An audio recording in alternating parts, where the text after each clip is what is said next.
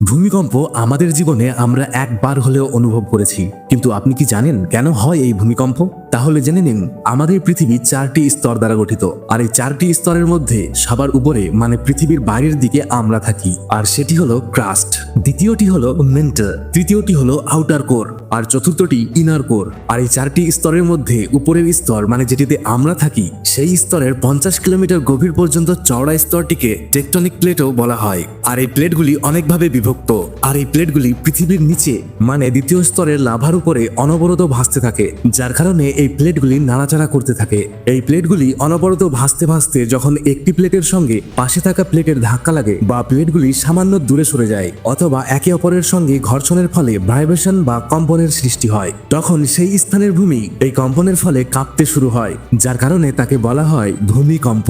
আপনি আপনার জীবনে কতবার এই ভূমিকম্পের অনুভব করেছেন কমেন্টে অবশ্যই জানাবেন।